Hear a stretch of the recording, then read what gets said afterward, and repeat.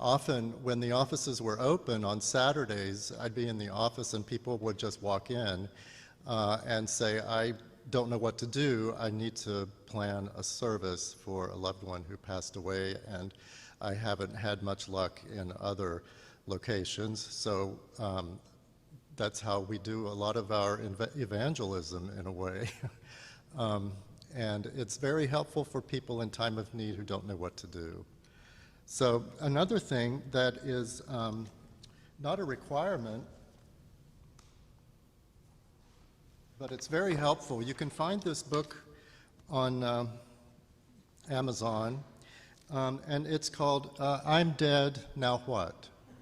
So it's a nice workbook to use, and it takes you through all of the pre-planning that's very helpful for you and for your loved ones to make sure that everything's all your things are in order.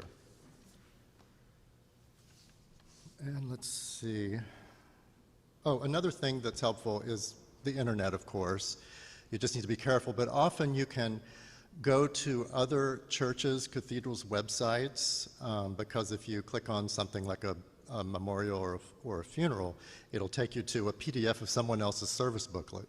So that's another resource. Even service booklets that you may have from previous funerals you've attended here, where you've maybe marked it up and said, I really like this, I don't really care for that.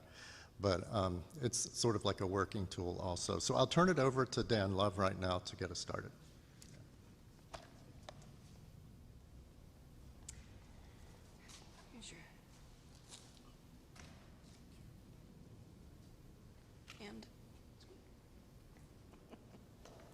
And now we'll start. Good morning. So, item number 1. I'm going to use the pronoun your and you, because sometimes it's easier for us to think of these things on an early Sunday morning in the personal as opposed to the non-personal. And for those of you who might be facing this for a loved one, I don't want to harrow up your soul or bring that up uncomfortably for you. So I'll be referring to you, your funeral, your things, your this and that. So the first question that is on this little outline and that I asked myself was, where and when would you like your ceremony? Do you want it to be at the beach? Do you want to paddle out? That's popular here in San Diego for those of us who surf. Oh, well, certainly. I'll get close. I'm a little afraid of the mic. It's been whistling, so. Okay, thank you, Paul. Yeah, wave your hands, people on the screen, if you can't hear me. Just do it. Do you want to get buried? Do you want your service at the park? Would you like a memorial over at Balboa Park or one of the parks in San Diego? Would you like to have your memorial on a farm? Maybe you have a family member or a friend whose land you loved. There's lots of options, lots and lots of options. And San Diego County is very expansive in their laws and in what they allow. The chief one being that you need to plan ahead if you want to be buried pretty much anywhere beyond just the standard funeral home, which we'll get into that too. So if you, of course, most of you here know, if you want to be buried and interred in a cemetery, you need to make that an advance planning and pay for that in advance, and there's lots of different ways you can do that as well. And for those who might need financial assistance, I'll just put this out there. There's the Memorial Society of San Diego. They are a membership-only group, but they do offer discounts as part at the various funeral homes in San Diego if that's something you're interested in. And that's those links and all of that I'm going to send out because I forgot to bring my sheet with the links on it.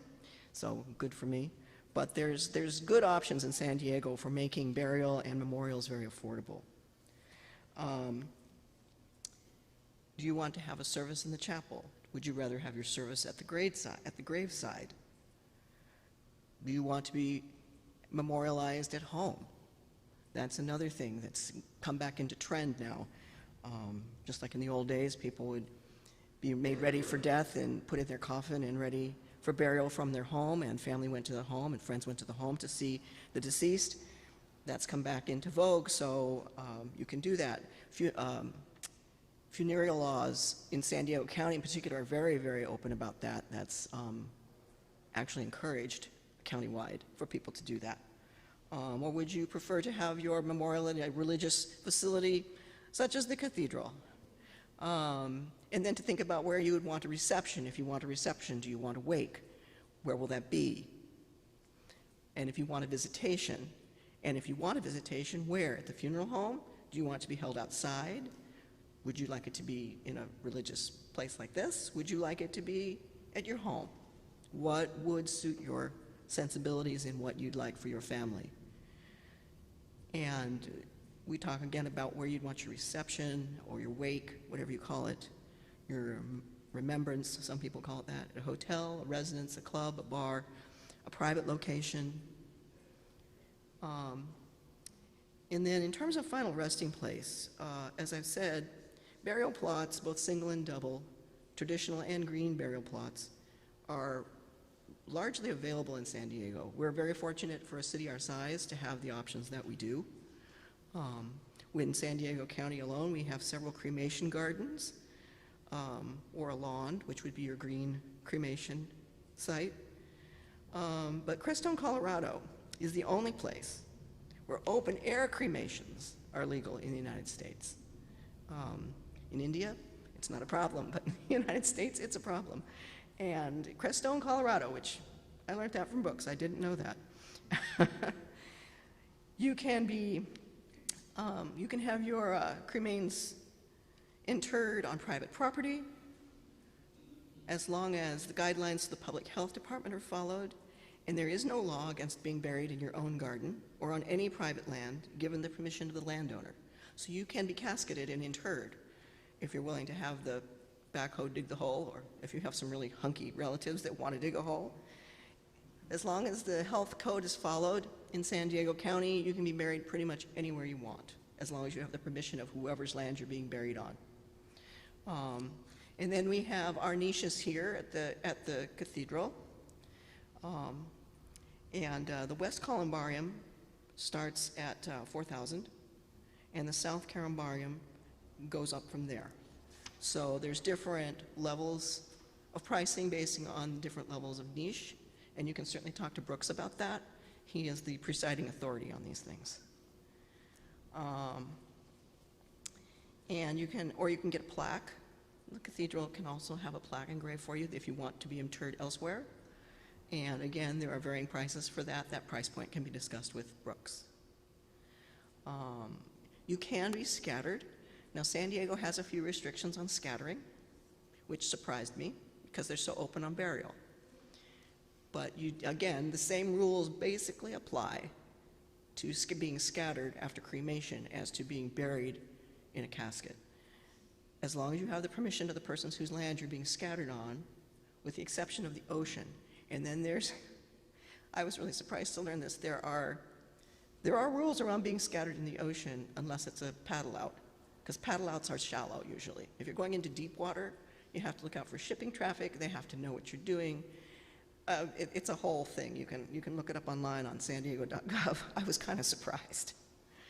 And then there's also the option of family mausoleums, which are on private land as well as in the various for-profit cemeteries in the area. And there's also estates, as many of you know, where your family's been buried forever. My family has an estate, for example, at Holy Cross Cemetery. The majority of them were Catholic that died in California and that died here in the San Diego area. So we have an area that's just our family. And then we come to the next point, which is kind of basic. Would you like a casket or an urn? Do you want to be interred in your entirety? Do you want to be cremated? And there are various green options for that as well that are becoming very popular in San Diego. The pricing for all of those options runs between about $1,500 to $8,000. That's the average. In San Diego, I found the average casket burial, entire burial, to be right around $8,600, which would include the plot and everything else. One thing I do want to point out, if you're a veteran, or if you're the child or spouse of a veteran, you can be buried for nothing at any of the military cemeteries. You just, except for Rosecrans, you have to make an advance arrangement for that, and you have to have your loved ones or your military paperwork in order so that you can set that up. But they're very good to work with. I worked with them with my mother and for my dad, and they're very, very helpful. And they encourage people to have graveside services, especially at Miramar. They're very good about that. And then what kind of personalized touches would you like for your memorial, for your service? Would you like flowers? What will your reception menu be? Your beverage list? Entertainment? It starts to sound like a wedding, doesn't it? Would you like to have a photo slideshow? That's what I want. I want all my greatest hits up on the screen. Transportation, how will you get there yourself? How will you get the body there, your body or your loved one's body? And then memorial gifts, listed or not, church and charities, planted trees, designated gifts. So that's all pretty potboiler stuff. I think just about everybody here is pretty well aware of that, but if you weren't, all of this information is accessible online in greater detail. I didn't want to overwhelm anyone with details. So what kind of stories do you have to tell? Do you have any good ones? About, you know, I've got one. One of my cousins was burying her father in the dead of winter in Montreal, and they lost control of the casket on wheels. He was a big guy, all the way down. It was amazing. And that was many years ago. But otherwise, my family's pretty routine. How about you? Stories? Comments? Please. There's a comment on the chat that if you're a Navy veteran, you can see. You can. Yes. You can. Again, that requires advance notice, but they love to do it. They're very accommodating. That's also true for the Coast Guard, by the way. And it can be true, but the Navy won't bury you at sea. The Army has to be notified ahead of time. I checked into this for the Army and the Marines as well. They're willing to do it. There's no, it's the same setup as with the Navy and the Coast Guard, but they need more advance notice. So, yes. I took my dad's ashes back to Scotland, and I could not have been, I told them that their ashes, I had the paperwork, and I tell you, everywhere I went, every transfer, even on the trains, I had angels, human angels with me, carrying them. They let me watch them go down the ramp. I mean, they were just, it was so beautiful. So it wasn't as hard as I had anticipated. Oh, that's beautiful, Pat. Thank you. Thank you. Anybody else? We at home couldn't hear that. Oh, okay. Well, take two. Hi, I took my dad's ashes back to Scotland in 2011, and it could not have been easier. I, of course, had the paperwork, and I let them know when I was checking in. I had my dad's ashes, and I had angels, human angels, at every stop, letting me watch the ashes go down to this luggage. Even on the trains, I let them know I had my dad's ashes, and they were absolutely just gloriously wonderful. Is that better? Okay, good. Okay. Sure. So is it possible to have a service in an outdoor setting, preferably with a lot of green? I'm just curious about it. It is. Yes, it is. So how would you, so the family would need to organize the spot, and then the Yeah. service could be? Yeah, or, you know, if it's for you, for example, if it's for, I'm going to turn my back on you so I can talk into the thing, I'm sorry. So if it's for you, you can set this up beforehand. It really depends on the site. It's the arrangements you make are very site specific, okay? And the primary one is that you get permission for this to happen on the land if you don't own it. If you own it, there's no problem, okay? And you can set it up and write out the instructions for your loved ones when you're gone, or for whoever will find you or find it or wherever you'll be. You can have that in various places. I do want to point out a website, and again, I will have this available as a handout. I apologize for forgetting this today. There's a wonderful place on the internet called the Cemetery Funeral Bureau of California. And they are the first stop if you want to know what you can and can't do once you're dead. It's a very clear, simple outline. It's easy to get to. I'm going to give you the website for that, like I said, in my list. And, but they're very useful in terms of laws, in terms of guidelines, in terms of resources. So I very much, offer that up to you. So, Brooks, do you have anything you'd like to add?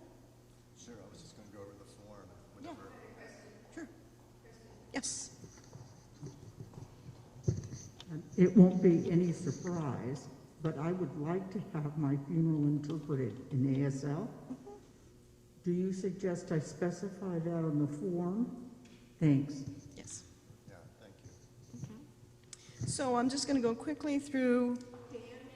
Oh, there's more questions. There. Just for me, I found this company called Smart Cremation, and I've paid it all off, like, I don't know, 15 years ago, and I carry this card in my wallet. If I use my label maker, it says, call this number if I die, and anywhere I am in the world, call the number, I get cremated and get sent straight here. Smart Cremation. They now have a office in Claremont. Oh, I didn't know that. That's beautiful, yes. That's on my list of things that I need to share with you is Smart Cremation and the cfb.ca.gov, which is the Cemetery Funeral Bureau, which has that list, which is listed on the website. So when someone dies, you have 8 days to register the death with the Registrar of Vital Records for the County of San Diego, which you can make an appointment online or you can go in, and a funeral director can do this if you're going through a mortuary service. Pursuant to law, then at that point, a burial permit is issued. And the cause will be listed by the last attending physician or surgeon within 15 hours of death if they die in the hospital or at a facility, or by the coroner within 3 days. If they die at home, or you die at home, you can call the police. You can call 911, say it's non-emergency, and tell them what happened. An officer will come to your home, and they will examine the body. I want to stress, because I didn't know this, don't touch or rearrange the person who's passed until the police have had a chance to look at them. If you're not registered with a hospice or a hospital or a care service, wait until the police come to clean and rearrange the body. I didn't know that. Made my life very interesting for a while. They'll come, they'll examine the body, and they'll call the county coroner that's on call. Any time of the day or night, that person will come over, and they'll look over the situation and talk to the officer and talk to you about what happened, and then they'll fill out the death certificate and declare the person and write the time of death down. It then takes usually 2 to 3 weeks for the death certificate itself to formally arrive in the mail at your home or at wherever it's designated, whoever is doing the care, the facilitation. If the final burial and its disposition of the body is not going to happen within 24 hours, California law states that the body must be embalmed or refrigerated. You don't have to be embalmed. It is not a law. It is not required. But you will need to be refrigerated. Whatever, and in some cases, and I don't know all of these exceptions. Again, this will be on your Cemetery Funeral Bureau legal section. There are exceptions depending on what the disease was, that there may be a greater time limit on those requirements. You'll have to look into that for yourself, because that I didn't get into that, and it's outside my pay grade, I guess. So for home death care, funeral establishments and directors are not required by law. You don't have to go to a mortuary. You don't have to get a funeral director. But when you're preparing the body for disposition, you have to file the certificate of death signed by the attending physician or coroner. You have to get the permit yourself in your hand for disposition from the registrar. You have to provide the casket or container, or a green container, or a make-your-own casket Again, the field is wide open. You have lots of options. There is no one right way. It just must contain the body within a certain set of small, simple rules. You must make arrangements yourself with a cemetery or a green cemetery, which means there's no embalming. There is a no embalming green cemetery in Fallbrook, which is just a few miles up the road from us. Human remains may be kept at home without embalming or refrigeration until disposition. And just know that after 3 days, the body begins to noticeably decompose. You can be scattered at sea, and it must be done at least 3 nautical miles away from shore, in water at least 600 feet deep. It cannot take place within 500 yards of a shoreline, and you have to notify the Environmental Protection Agency 30 days in advance and dispose of cremated remains within 60 days of the time the remains are received, unless you request an extension from the EPA and the county. So for your finances, you may have a savings account, you may have earmarked a portion of your savings for funeral expenses, and informing the family and attorney and ensuring the funds will be accessible after death. Or you can have banks set up a POD account, pay on death. Those are also available to set up. There's a myriad of financial options for paying for things. And in terms of that, I'm going to leave that up to Brooks to talk about as he talks about the sheet. He's going to go through the handout you have. But before I do that, I have to leave you with a joke. This is a really bad joke. My apologies in advance. This is worthy of Martin, Joanna. A deacon walks into a hospital to visit a priest who is seriously ill. He is surprised to see the priest is attached to all sorts of hoses and tubes, cords. He kneels down and begins to pray. And he notices the priest is motioning to the bedside table and pointing to some paper and a pen. The deacon gives him a paper and pen, and he scribbles something, and the deacon takes it and puts it aside. And he says, "Oh, is it that bad? You can't talk. Oh dear." So he bows his head again and continues in deep prayer. And the priest dies.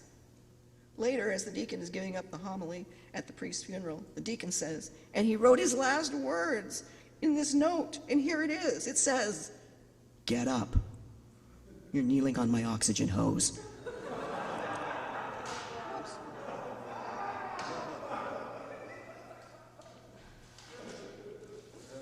And with that, I conclude. Brooks, it's your turn. Thanks a lot.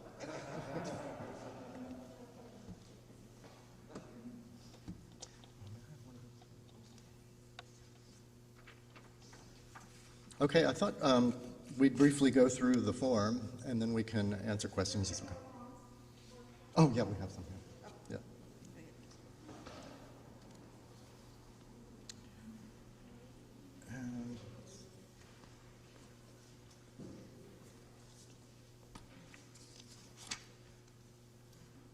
And if you have your prayer books, page 507 is an explanation of what the Episcopal Burial Office is about. It's an Easter service. It's about resurrection. So that's helpful to sort of get into how the service is structured and the way that the hymns are chosen and everything. And then on page 491 is where the burial office begins, right to. If you want to use traditional language, that's okay. It's right one, and that's the language with thee and thy and thou. So, wait a second here. All right. On the form, we just need some basic information, of course, the full name, date of birth, date of death, whether they're baptized or confirmed. That will help us in choosing the type of service, clergy, who will be participating. It's helpful, especially with large services that are sort of complex, to have a point person, the family or friend who's making arrangements, sort of like a funeral coordinator, who would work with the person at the place where the funeral is going to be held, like they would work with me. And it keeps The people who are grieving don't have so much to think about because we're here to help through that process and do a lot of the detail work and take that burden from them so that it's not too overwhelming. Then we, of course, need the phone numbers, the email, and nowadays it's really helpful to have a cell phone number and find out if they text or not, because it seems to be the best way that I've kept in touch with people in planning funerals, because questions come up, you need an answer right away. You don't want to make a phone call, usually it goes to voicemail, and text seems to work better. You want to establish the date of the service and the time of the service, and if you have a particular priest or a clergy person or bishop in mind who you want to do the service, you should check with them first, and also make sure the facilities they're available during the times that you want to have the service. A lot of it depends on whether there's going to be a body present or ashes present. You have a little more leeway if there are going to be ashes present. Also, if you're scheduling in advance, you need to make sure that the facility is available and there isn't a lot of stuff going on in the neighborhood. Like you wouldn't want to schedule a service when the Rock and Roll Marathon is going on, or Gay Pride. We had a wedding once scheduled when it happened to be Gay Pride Saturday, so that caused a little bit of excitement. And the family, they were from out of town and they weren't prepared for what they were going to see. So, and the mortuary, if you do select a mortuary, it's nice to have a contact person there that the funeral coordinator could stay in touch with them and work out some of the details about the transportation of the body and the ashes. There was a situation a few years ago when I was working with a family, and I wasn't working directly with the mortuary, so when it was time for the service to start, there was no casket. And everybody was sitting there waiting, and so I asked the family, and they said, "Oh, we don't know." And I had to make a lot of phone calls, and luckily the person in the hearse answered the phone and said, "I'm in Serena Valley at the cemetery," because I didn't know I was supposed to be at the cathedral. So this person wasn't only late for their funeral, they never made it to their own funeral. So, one more story to share. But it all worked out. Everybody understood, thank goodness. Okay, so officiating clergy would be the person, if you're having a Eucharist, be a priest and or a bishop. Assisting clergy could be another priest, deacon.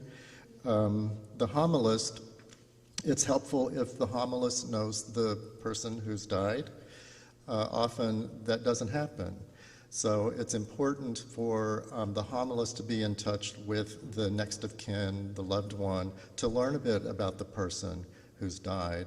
And that helps in choosing the readings, the Old Testament, the New Testament, the Psalm, and the Gospel reading.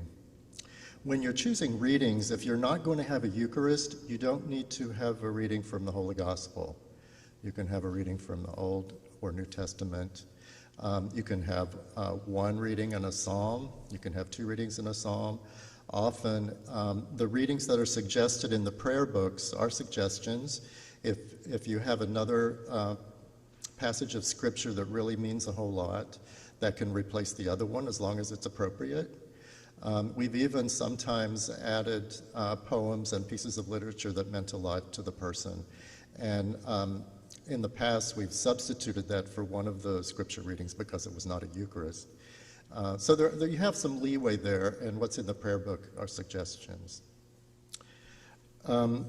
Okay, and another thing when you're pre-planning your service, if you want to have music and you want to have a choir and an organist, you need to also make sure that they're going to be available.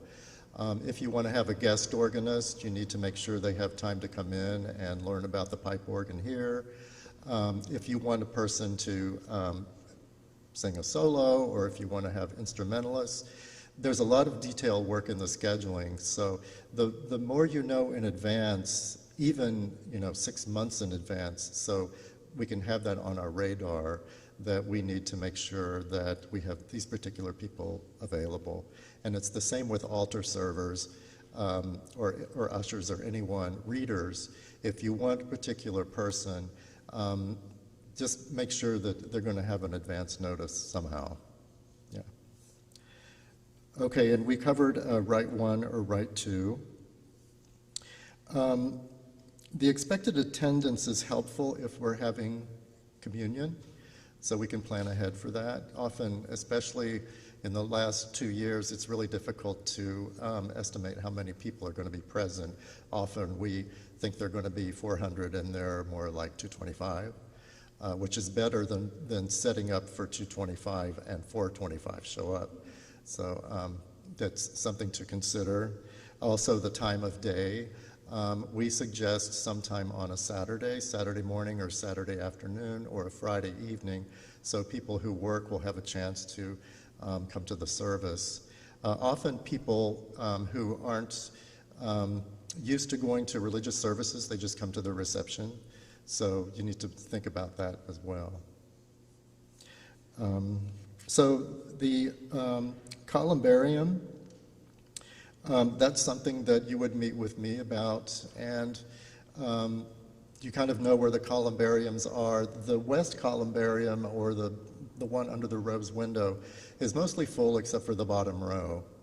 And the one in the south transept behind the organ console, there are a lot of available niches there. I think we have about 5 spoken for. And then on each side are plaques. If you want to put a name up there, date of birth, date of death, and because they're going to be interred somewhere else, that's something to remember someone with too. And they're from $1,500 to $2,000 a plaque, depending on the tier. And then, of course, if you want incense, and it's helpful to know in advance if there will be anyone there who have mobility needs, wheelchair access, walkers, things like that, and especially if they're going to be participating in the service, we need to know in advance to make arrangements for that if they're a reader or something like that. Okay, the Old and New Testaments, suggestions are in the prayer book, and other readings, those are readings that if you want to select, they would just need to go through the staff of the church just to make sure that they're okay, that they're appropriate. We've had some that kind of press the boundaries a little bit, but it was all right. Often, if you want something like that, the reception is the place to have it. We're trying to stay away from having so many speakers or reflections at a funeral service. We usually go with one brief one, but even then, it's nice to just have the homily, and then if people or family members want to reflect, say a few words, they can do that in the reception if it's possible. So that's where we're kind of encouraging people what to do with the eulogies. So the problem, not a problem, but one of the situations we find ourselves in being a cathedral downtown in the city is when we have memorials for well-known people in the city. So that you usually expect a few people to come up and say a few words.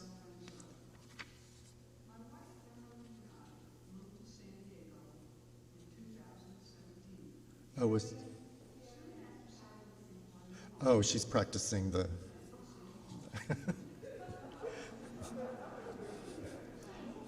Okay.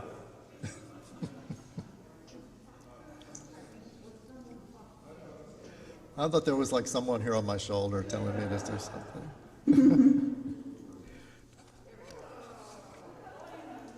Oh, good to know. Thank you. In the hymnal, on between pages 354 and 358 are suggested hymns for the burial office, but you don't really need to stick to those. A lot of people I've discovered if they hear a hymn during a church service or at a funeral, they write it down, they stick a Post-it note in their hymnal. And we had a situation, maybe 5 or 7 years ago, where this person had about 60 hymns chosen. And so it was up to the person putting together the service to try to narrow it down to like 3 or 4. And it helps when you have hymns that people sing. Lots of times we have families who, oh, I really want Amazing Grace, but no one sings it. So you hear the organ playing over and over and over again. So we always encourage them to choose hymns that the congregation will be able to sing.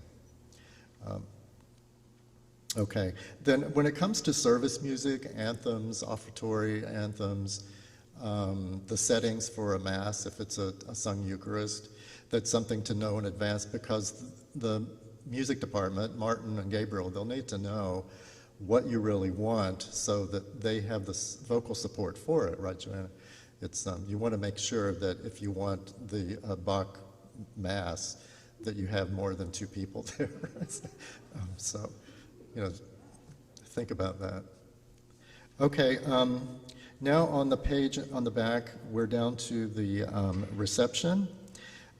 You want to think about the time of the day, what your budget is, what the person would have liked, and what you want to happen during the reception. You know, if it's in the wintertime or if it's the summer, it makes a difference. If it's in the morning, afternoon, or later in the afternoon, you want to check the menu and make sure it's sensible for something that, if you have a lot of people, you don't want to serve corn on the cob and spaghetti. So you want something that's going to be really easy, and people will be dressed up, so you want it to be something that they would like to eat. I forgot to mention on this sheet that we need to revise this a little bit, because as Sherry mentioned, the ASL, also if you want the service in another language or a bilingual service, we need to know that in advance so we have the appropriate staff. And also, there was one other thing I was going to... Streaming, yes, that's it, live streaming. If you want live streaming so that anybody in the world can watch the service the same times it's happening, we need to know that in advance so we can schedule our technicians to be here. There is an extra fee for that. We also have someone who will be in the church working the sound iPad. You've seen them around, stressing out. So that's something to think about that we'll add to this sheet.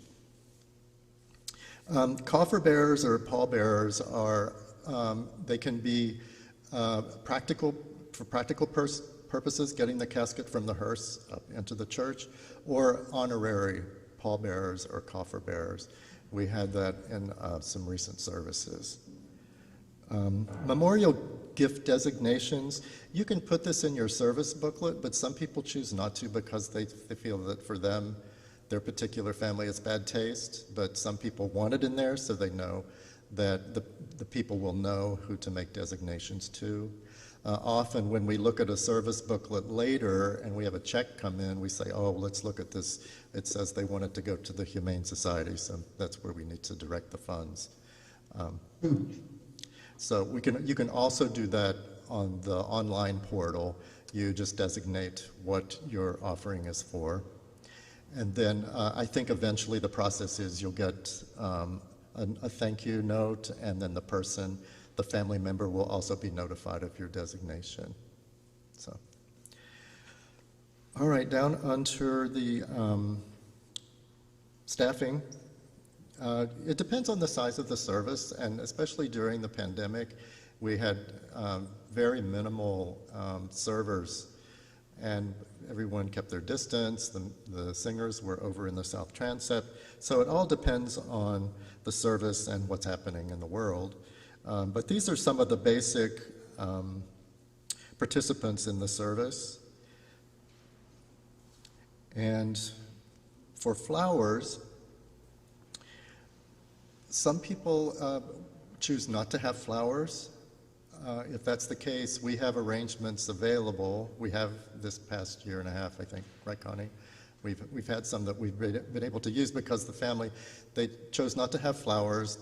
They don't want to cut flowers. They don't want to spend the money on flowers because it's very expensive. In some situations, we do have, is it the Stu Dadman Flower Fund, where we have funds available for people who really want flowers who just can't afford it. So that's something to think about too.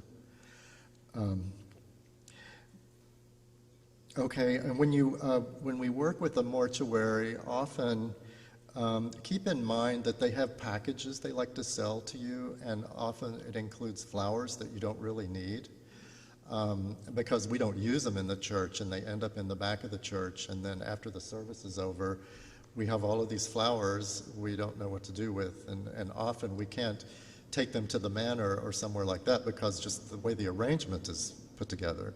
So if you're with someone or you're planning something, just keep that in mind that you don't need to buy everything that they want you to take. Often, if they have prayer cards, you can always make prayer cards yourself. Pick your favorite saint or a photo and piece of scripture or poetry and make prayer cards, or have someone do it for you. And they can be laminated if you want them laminated. So a lot of stuff nowadays with your own computers, you can put things together. Okay, we have guest books here. I forgot to bring one, but our guest books at the Cathedral are white leather with a ribbon, and they're just very basic and clean and nice. So you don't need to purchase a $75 guest book. They're $19.99 here. So think about that. And Columbarium Arrangements, when you do have flower arrangements, you want to bear in mind the types of flowers the person really loved, whether it's Hawaiian, English cottage style, whether they're all red, whether they hate gladiolas like one person did, and we accidentally got gladiola. So and the colors. So keep in mind when you're requesting flowers that you want to honor what that person would have liked also. We usually have 3 arrangements, one for a guest book table, which is a tabletop arrangement, and one for the pulpit, and then if there's a columbarium niche that's going to be used, we have an arrangement by the columbarium. If the person really, really loved flowers, like we had one recently where they just loved flowers, we had them all, just put them all over the place. And sometimes you have them on the tables at the receptions. And we have, what do we call you, the flower children? What are you called, Pat? The put together flower? Flower girls, yeah. Yeah, we have our own little flower girl guild here who puts together flowers.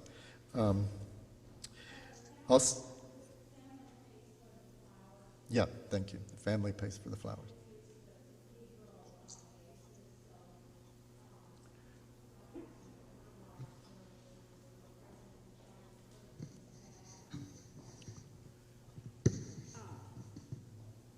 We were talking about the flower girls arranging the flowers. The family pays for the flowers, the bulk order, and then they can take the flowers away, but we keep the vases. And one person recently had bags, special flower bags, that the guests could take the flowers home. Oh, thanks. So, but it's compared to $65 an arrangement, we did 30 arrangements for $400. Thank you, Connie.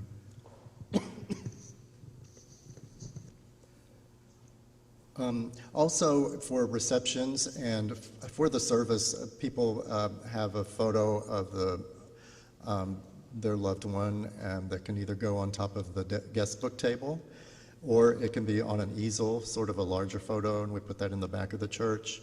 And also, photo montages are put together. Sometimes that's helpful for the family to bring out the old photos and start putting them together on a big poster board, and they bring it to the reception.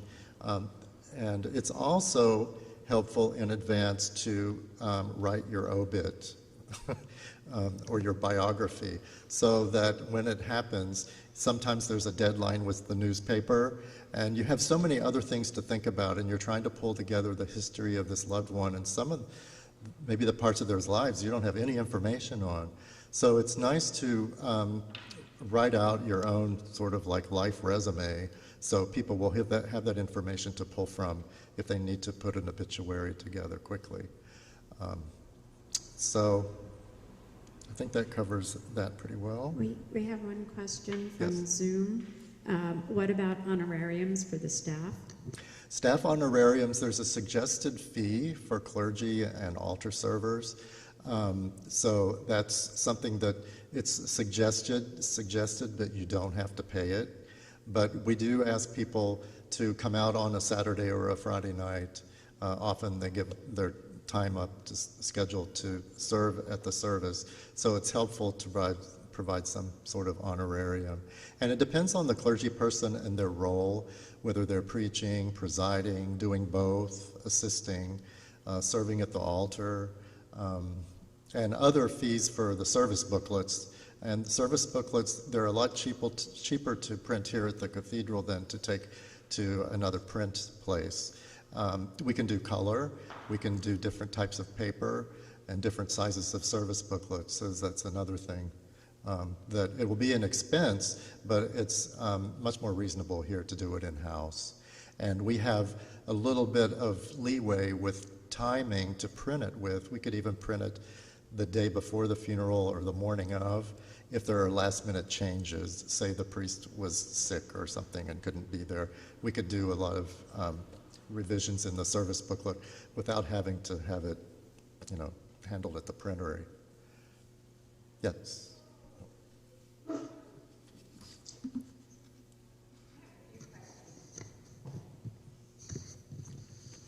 First off, Brooks, I really, knowing I'm in planning my own funeral, I know there's a lot of unchurched people that will be there. So I want to have a more contemporary service. And instead of right one, right two, and so how do I inform you that that's what I want? You just did. So thank you. And so I'm kind of writing it out. And Yeah. And also, is it possible for two people to carry the ashes? Sure. Mhm. Okay. Yeah. That's all. I have so many, but now I've forgotten. Yeah, we have several Episcopal resources that it's more contemporary language and it's broader. And we even have one structure in, I didn't bring the book, I don't think, but it's, oh yeah, I did.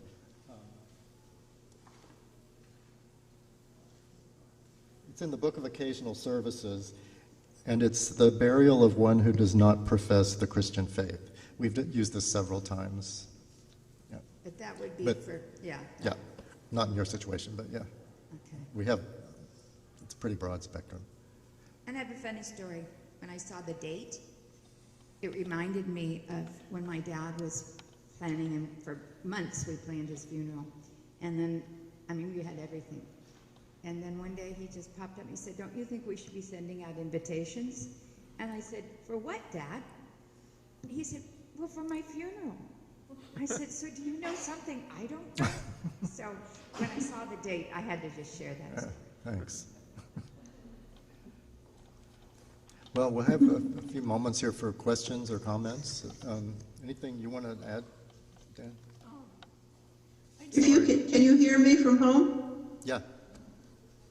Well, I just want to say how blessed we are to have Brooks. He helped us with my mother's funeral 6 years ago, and she had a prepaid plan with the funeral home, which I strongly recommend because that kind of is a barrier against their trying to sell you things at the last minute. And the director there said, "Oh, Brooks, sure, I'll work with Brooks," and boom, off it went. And then we said, "Brooks, my mother loved mariachis. Can we have mariachis at her service?" There were mariachis at her service. So Brooks is just wonderful to have around. Thank you. Thank you very much. I completely concur. I think Brooks is marvelous to have around. I did want to say one thing, and Brooks was probably going to say this himself, but I want to say it because it moved me deeply.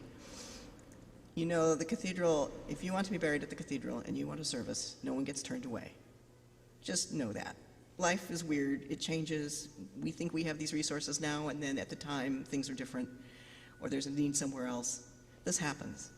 But if you want a cathedral funeral and you want to be buried by the clergy that love you and be surrounded by the congregants who love you, it can happen.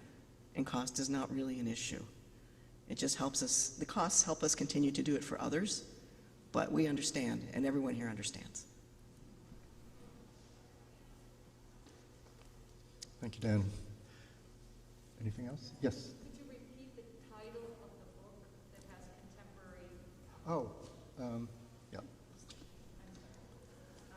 It's the Book of Occasional Services, and this one's from 2003. I don't know if they have one new one?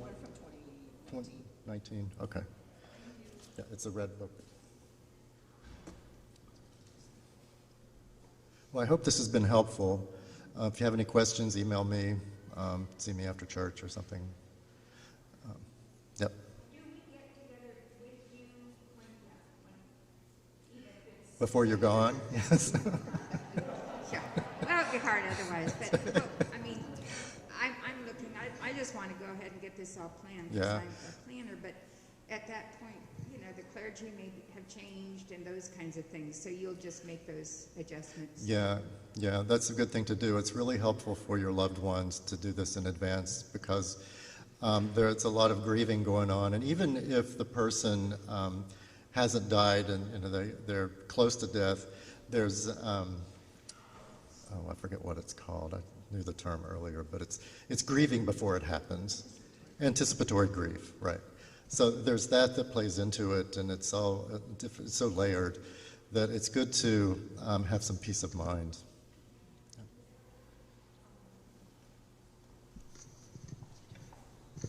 Just a comment. Sometimes when people are getting close to death, they are coming inward, and planning might not be, in their realm. So it is really helpful.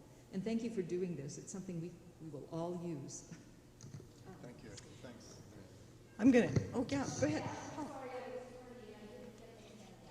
Oh, I'll get you one. That's fine. I want to put a plug in. It's just a shameless plug.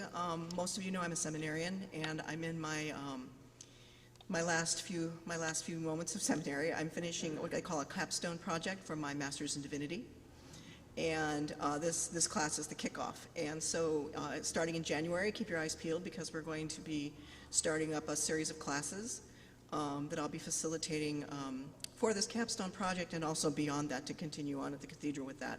We're going to be talking about death, dying, and grieving, and it's going to chiefly be the first part of the class will be, we'll discuss some themes around death and dying and grieving and grief styles and grief expression, and then the second half will be a support group for people who feel they need some support while they grieve. And it doesn't have to be a grief around death. We're not just going to talk about death. We're going to talk about loss and letting go and changes and transition in life, all the things that can lead to and precipitate grief. So that'll be starting after the first of the year.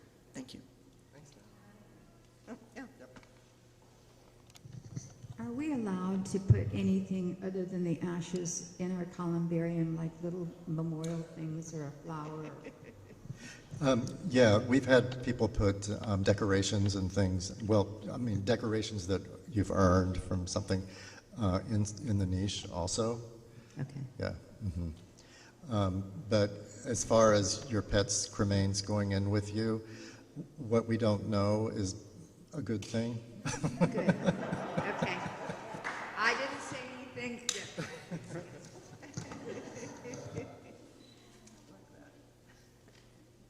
Okay. Okay, that's it. Thank you so Thank you much. for coming. Thank you.